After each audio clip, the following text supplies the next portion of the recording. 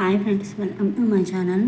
ఈరోజు నేను పూర్ణాలు చేస్తున్నానండి. ముందుగా ఇన్స్టెంట్గా తొందరగా అయిపోవాలి అంటే పచ్చిపప్పు అనేది 1 కప్ తీసుకుని శుభ్రంగా కడుక్కొని 2 గ్లాసులు వాటర్ పోసుకొని బాగా కొంచెం సేపు ముందు నానబెట్టుకుంటే బాగుంటుందండి.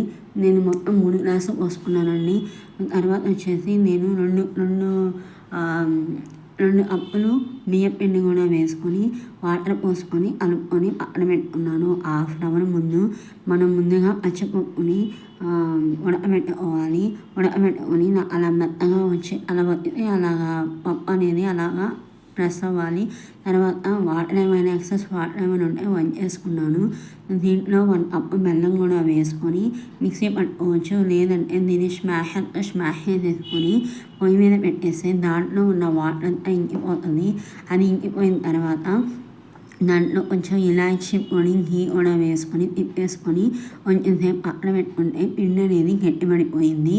ముందు ఫస్ట్లో మనము బియ్యం పిండి అనేది కలుపుకొని పక్కన పెట్టుకున్నాం కదా, దీంట్లో 1 కప్పు మినప్పిండి కూడా వేసుకొని బాగా మిక్స్ చేసుకోవాలి. నేను ఆరబెట్టుకున్న పచ్చిపప్పుని మిశ్రమాన్ని ఉండలుగా చేసుకొని దోశ బ్యాటర్లో ముంచేసి ఆయిల్లో డీప్ చేసుకున్నాను.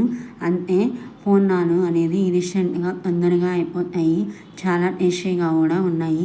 మీకు కనుక ఈ వీడియో నచ్చితే కనుక సబ్స్క్రైబ్